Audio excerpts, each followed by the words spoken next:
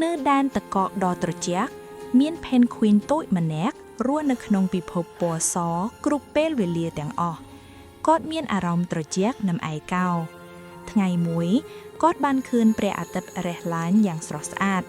ពន្លឺថ្ងៃធ្វើឲ្យបេះដូងតូចរបស់គាត់កក់ក្ដៅនេះជាលើកដំបូងដែលគាត់ញញឹមដោយសេចក្តីសុខគាត់ចាប់ផ្ដើមលេងក្រោមពន្លឺថ្ងៃជារៀងរាល់ថ្ងៃ Penguin តូចព្យាយាមទៅកន្លែងដែលពន្លឺថ្ងៃប៉ះដល់មិត្តភ័ក្តិរបស់គាត់មើលគាត់លេងដោយការភ្ញាក់ផ្អើលពួកគេមិនយល់ថាហេតុអ្វីបានជាគាត់ស្រឡាញ់ព្រះអាទិត្យខ្លាំងបែបនេះទេទោះជាយ៉ាងណា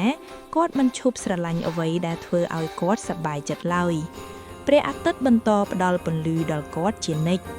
មិត្តភ័ក្តិចាប់ផ្ដើមមានអារម្មណ៍កក់ក្ដៅដូចគាត់ពួកគេបានលេងជាមួយគ្នាដោយសេចក្តីរីករាយ Penguin តូចបានបង្ហាញថាសេចក្តីស្រឡាញ់អាចផ្លាស់ប្ដូរអ្នកដទៃបាន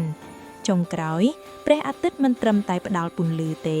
ប៉ុន្តែផ្ដល់សុភមង្គលដល់មិត្តភាពផងដែរ